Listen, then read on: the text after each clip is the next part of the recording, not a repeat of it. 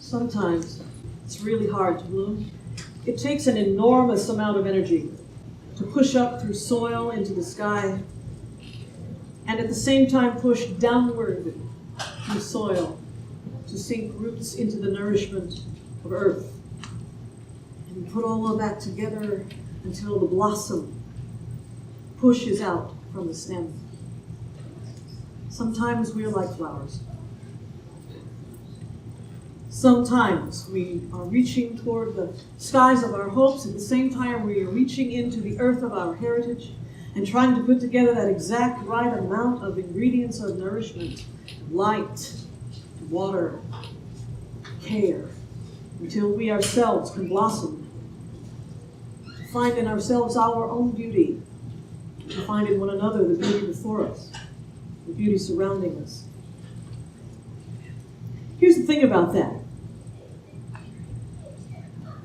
You can't force it. You cannot force it. For all of our cleverness and our determination and hard work, we cannot make one another bloom. We cannot make ourselves bloom any more than we could walk outside and look at a bud that's sitting there on the branch not quite open and lean down and say, "Open!" So why do we do that to ourselves? All we can do for the flowers and for one another and for ourselves is to provide the right conditions, the resources, faithful attention, discipline, encouragement, and love, and then be brave enough to wait until the bloom is ready to open. I know this rose will bloom, and while I know it will, I cannot hurry it. Nor can we hurry one another, nor can we hurry ourselves to just hurry up and grow, hurry up and bloom. Have you seen that video that's been going around Facebook of the little boys, about 3, sitting at a table going, and his mother says, "What are you doing?" He says, "I'm trying to grow up."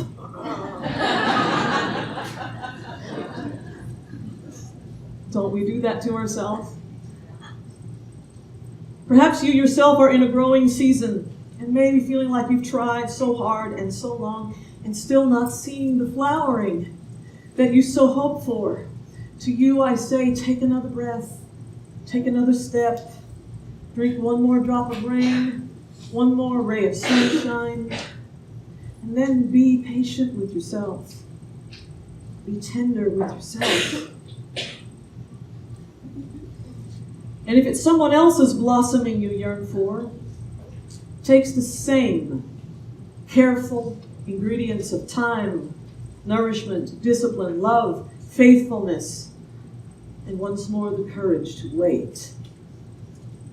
Just like the wondrous flowers we will have before us here in a moment, each a gift into this room and into this community, each of you is also a gift and represent our unity in diversity, and that though we are of many kinds, we are of one community.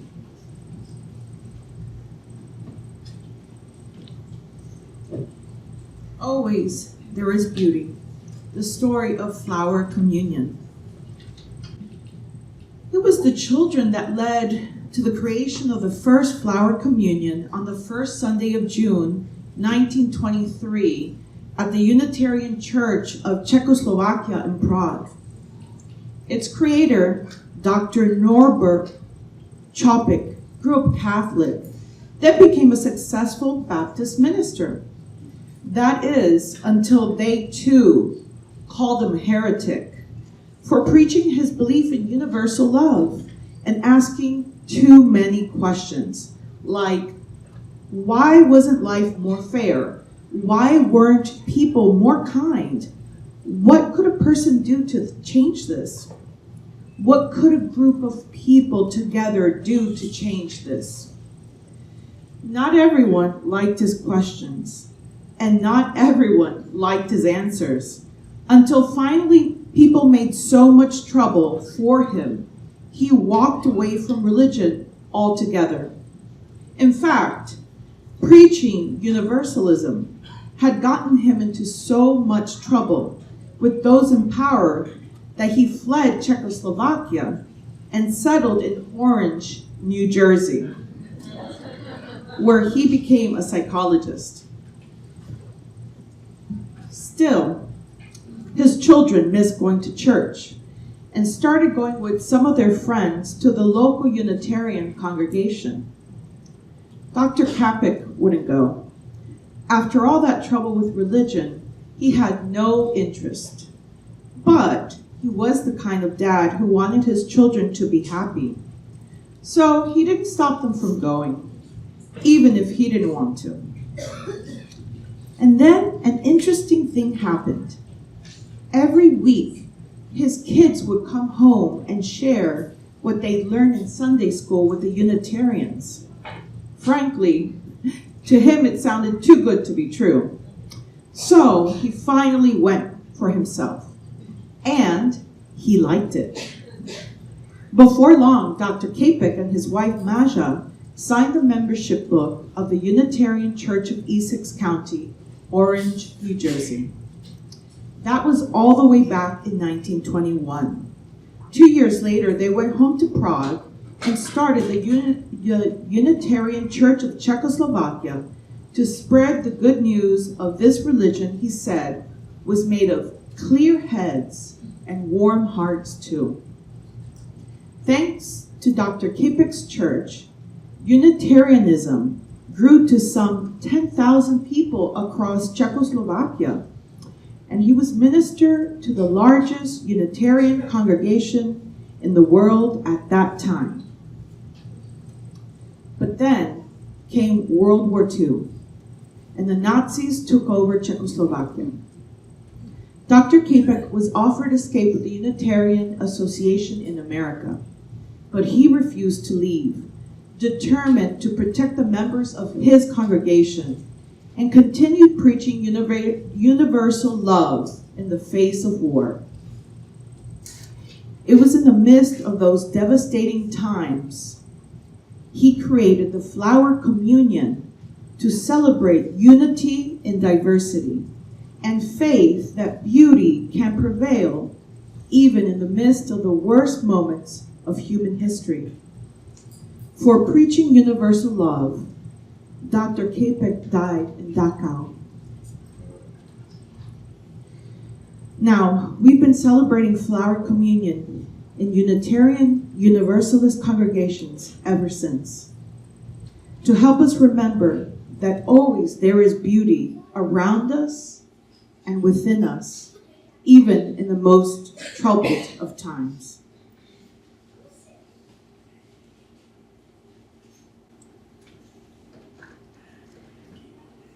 Could I get some help moving this table right here? And our youngins prepare to bring our flowers forward. And somebody's left a cool Ron John hat.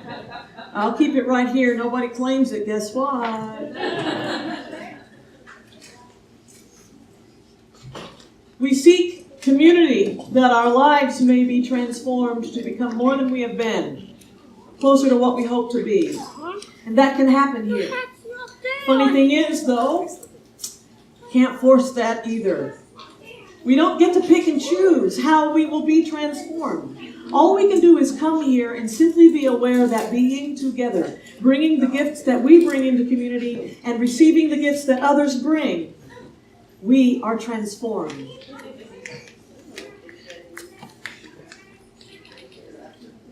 When Dr. Chompet did his communion, he blessed the flowers in this way.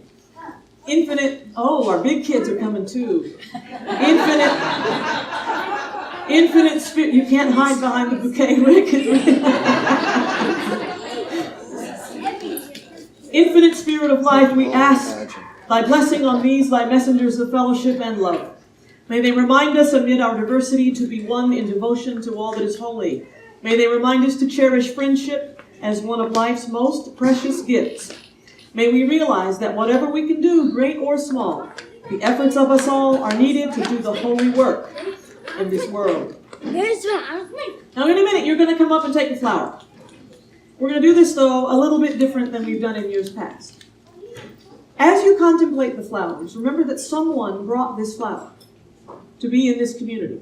Someone brought this gift of beauty, that you might observe it, that you might share it.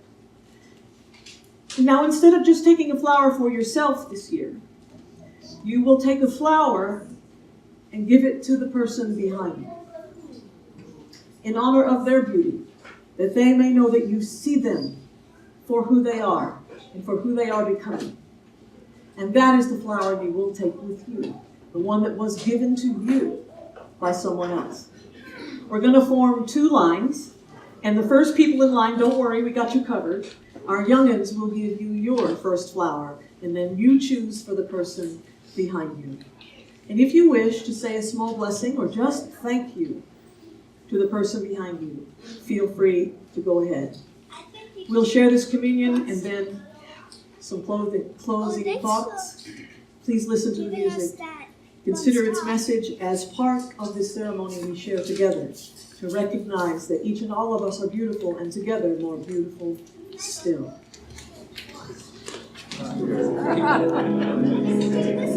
Okay. You want to read what you said? Here you go.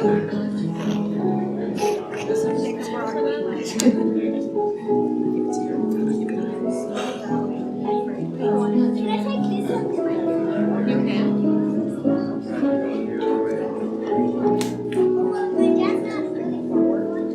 Let's get another one. Good job. Good job. Another broccoli? Yes. It's okay. It's not. Yes. Broccoli. Be sure to give a flower away even as you hold one. By the way, I got a question.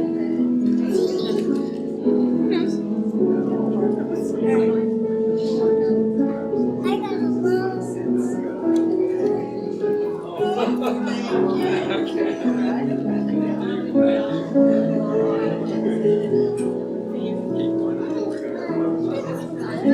That one is good. Look, I'm telling you. I'm telling you.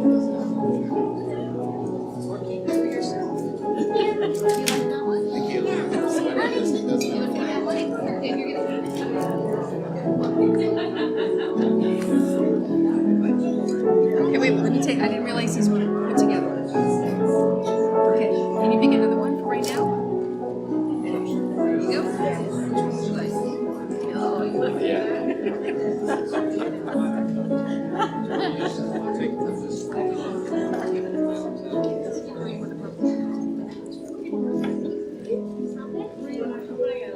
Just put it in.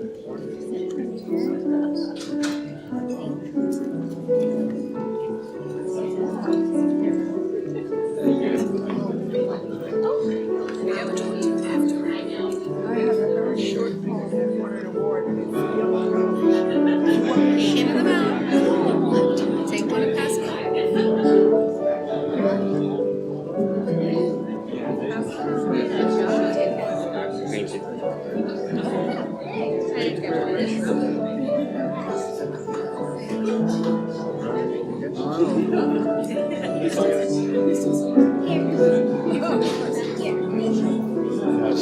How's this doing? Thank you.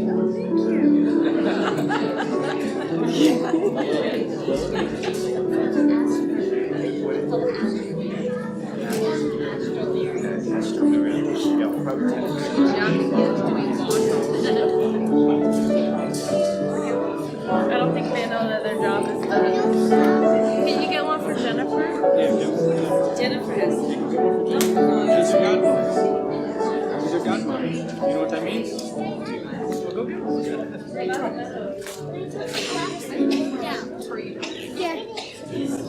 We come in a variety of colors and shapes and sizes.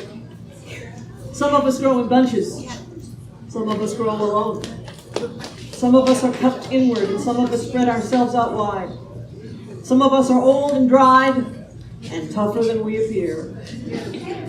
Some of us are still in bud. Some of us grow low to the ground. Some of us stretch toward the sun. Some of us feel like weeds sometimes. Some of us carry seeds sometimes. Some of us are prickly sometimes. Some of us smell.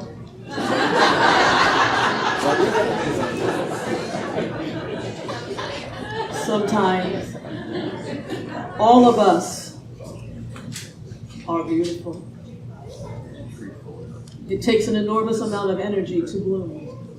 May this be the moment, may this be the season of the flowering of our faith in this beloved community and in your own lives till all our blossoms are open in their full glory, not by force, but by that alchemy of unity in diversity, with courage to faithfully, patiently, lovingly tend the beauty in every one of us.